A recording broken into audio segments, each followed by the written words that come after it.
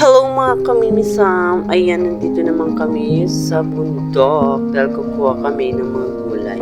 At kasama ko ang mga kaibigan ko. Siya si Allen, then Eliza,